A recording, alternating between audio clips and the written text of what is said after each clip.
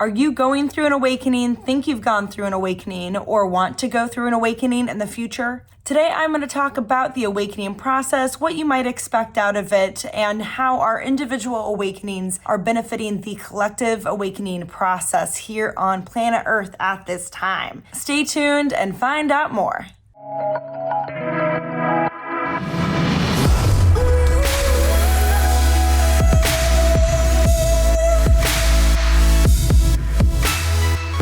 To introduce myself, I'm Drake Nix. I'm an intuitive guide and soul coach, and I help people like you find their purpose and passion, bring it out into the world, and make the planet a better place to live. In order to go through that process of finding your purpose and passion and bringing it out into the world, most likely you are going to go through an awakening. Maybe once, maybe lots of times over the course of your life, because it's different for everybody. If you watched my previous videos, I have broken this down into what my initial awakening period was like and the dark night of the soul aspects that were part of that.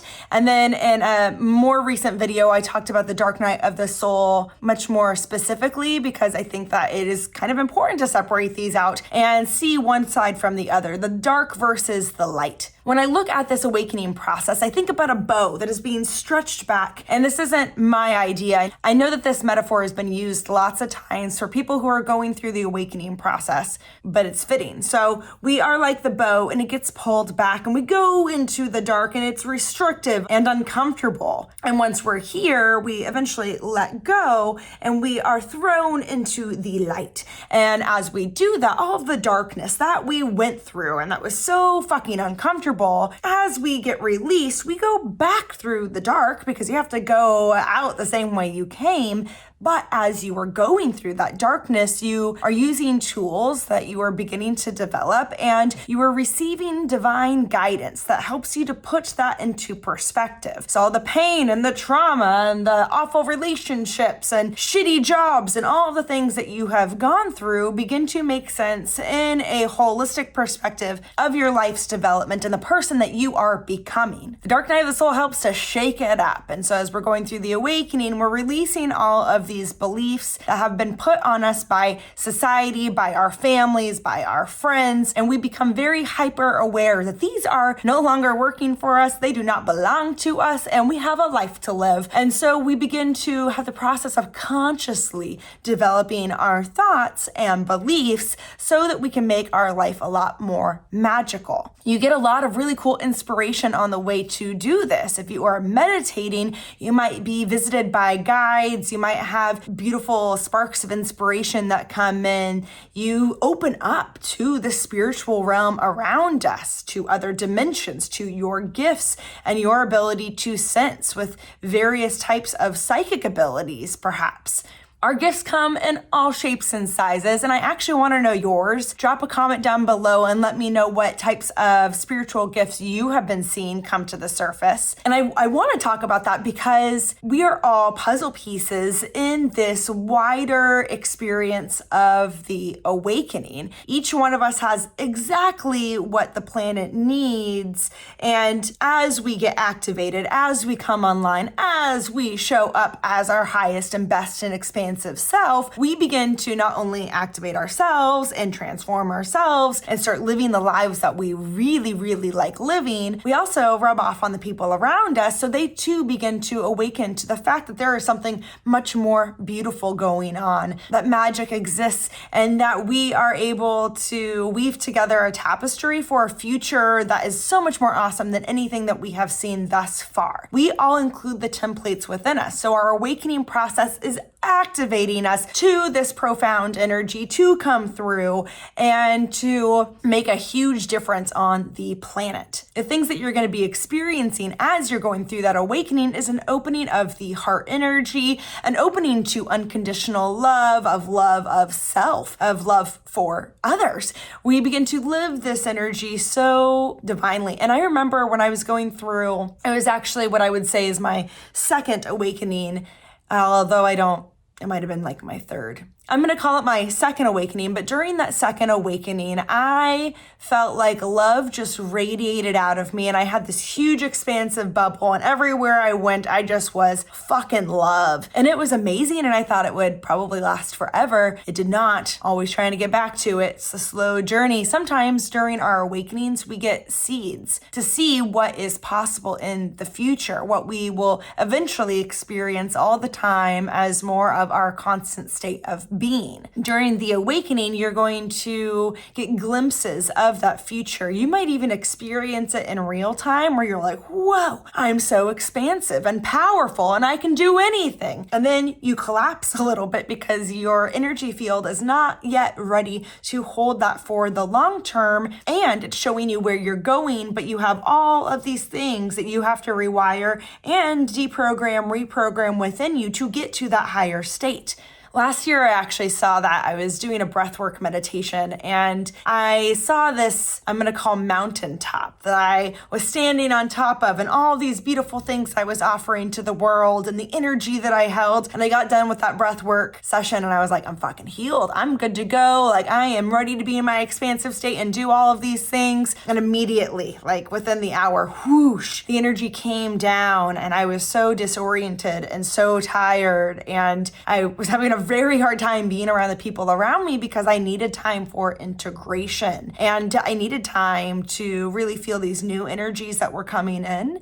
But it's like a gem that is planted inside of you into your heart space, and you get to nurture it in there. Eventually it'll shine bright and everybody will see it, but it takes time to care for those delicate spaces within us that are unique to you and that need your constant attention over the course of weeks, months, and years to get you to that mountaintop experience, because it's not always going to be overnight. Some people go through an awakening and it is like the course of days, weeks. It's really dark, really painful, and then they like burst forth into enlightenment. That's really great for them, but I don't think that is practical or often how it happens. Usually, it's a long period of struggle, and we can see that for any of our ascended masters that we know of. So if we're talking about like Jesus and Buddha, they had to go on these long journeys of self-discovery before they were able to come into this enlightened, awakened state. They went through their dark nights of the soul before they were able to pop out on the other side. And there might just be one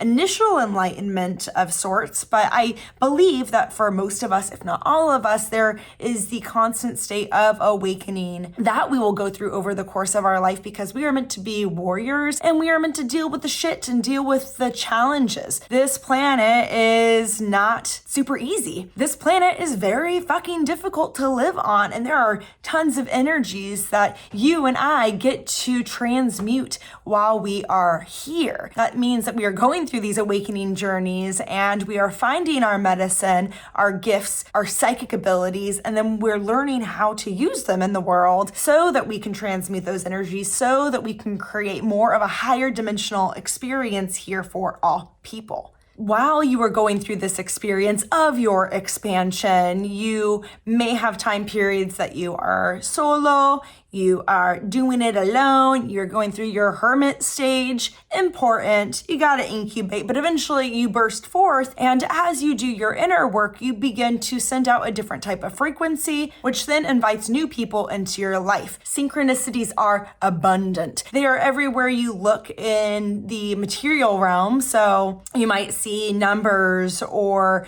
patterns or something repeating itself to you to get your attention, or you will find really unique, fun people coming out of the woodworks that are giving you clues to the next level of your expansion of how you are meant to fit into community. The community piece is so important to the awakening, and I know that's really hard because a lot of us have so many insecurities and hurts and distrust in working with other people and being around other people. If you are sensitive like myself, you go out and you just like take on everybody else's energy, and it's just so hard to be yourself. And so as you're going through the awakening, you begin to hold more of your own frequency and you protrude that out, and you're not going to be as impacted by the energies of others. At the same time, though, you need to learn how to take care of your energy field. You need to be learning the tools that you need to get through your awakening. If you are a sensitive person and/or you have gone through an awakening, I want to know what tools you have used that have really worked for you. Drop them down in the comments. I will totally respond and add to it. I love these conversations. But having those tools that you learn through your awakening will begin to help you to become the person that you have always dreamed of. All of the things that you have within yourself of like the type of person you want to be, the type of job you want to have, the type of life you want to live, it is accessible to you. If the seeds are planted, it is meant for you. I do want to point out that some of our beliefs come from society. So if you're like, I really want a Mercedes Benz, that was really important to me when I was 16. By the time I was like 18 and a half, 19, going through my awakening process, that became much less important in my life because I realized it was a superficial thing that my society, the people around me told me was important and cool. I thought socially it would just make me look like I was doing really well in my life and help me to gain more popularity, which is fucking stupid. So eventually, as you go through your awakening process, you should start to begin to identify the types of beliefs, even, I want to have a relationship and I want it to look like this and I want this many kids.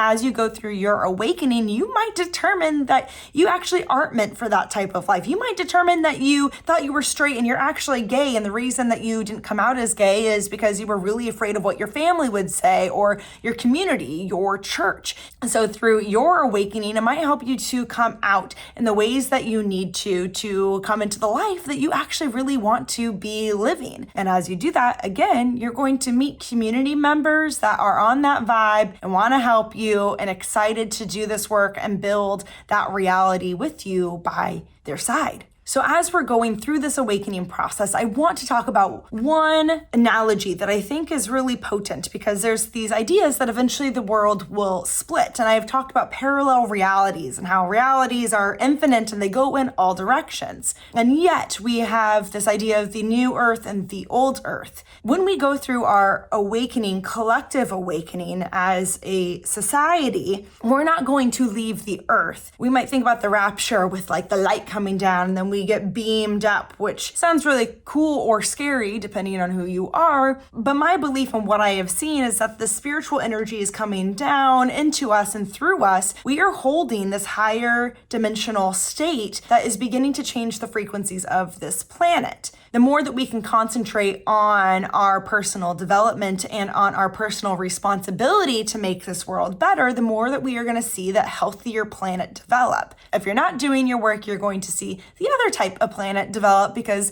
that is the type of planet that you will end up on. Thus, the analogy is that if you have a house and you have a backyard, you move in, and in the backyard, it's a great piece of land. It has a lot of potential, but it's polluted. It has a bunch of garbage. You don't really want to spend a lot of time out there, but you know that you can change it. You can go out there, you can plant things, you can begin to remediate the soil, you can begin to plant gardens, to grow food, to grow medicine. You create meditative spaces and community spaces for people to come in and spend time with one another. And eventually you create your own heaven on earth in your backyard. At the same time, next door, your neighbor has a similar piece of property and they go out there and they see the pollution, or maybe they don't because they're not even aware of it. They see the garbage and they think, well, this is how we're supposed to treat our backyard. And so they just keep throwing garbage back there or spraying chemicals all over it to add to the pollution. In time, they are more sick. They don't want to spend time in their backyard because it has no artistic, creative, spiritual value to give to them. Other people don't want to come over because it's probably not safe. And in many ways, they've created more responsibility for themselves. And it's kind of like a type of hell that they then have to live in. That is the reality that they live. And then you have the reality that you live. And over time, you see more and more people who are taking care of their yards and and less of the people who are not. So within this analogy, we are splitting. We have two kind of like common directions that we're going. The more that you spend time treating your life like one of those yards, the more you will see that type of life really develop. Are you a steward of yourself, of your relationships, and of the land, or are you a taker? Are you a polluter? Are you actually creating a hell on earth for yourself and others? This is a decision for you. You have free will. So if you are on an ascension timeline, you are going to be the type of person who is learning how to be more responsible. Keep this in mind because this is really important. And the more that you can take personal responsibility for yourself and stepping into your life path, the more that you can see heaven on earth develop and you get to live it, which is fucking amazing. So keep these things in mind. I want to know where you are in your awakening journey. I know that there's so much for us to talk about, as always, with these subjects. And if you are going through an awakening or you're dealing with ascension symptoms or something's coming up, I'm here for you. My link is in the bio. Feel free to reach out. I am here to help you. I've gone through many of these things and continue to go through these things, especially with like the ascension symptoms that are happening right now. I am your guide and I am your friend and I am your support, and I am really looking forward to having more conversations about this to see what is going on your side of the universal consciousness in which you hold, and let's keep it going. I hope this information has been useful for you, that you've learned something today, and I am so excited to see you next time. Please like, subscribe, comment, and share with a friend so that I can increase my impact of these messages, get it out to the world, and help us to expand together into the planetary experience that we all really want to live, because it is possible and we're fucking doing it. I love you guys and I hope you have an awesome day.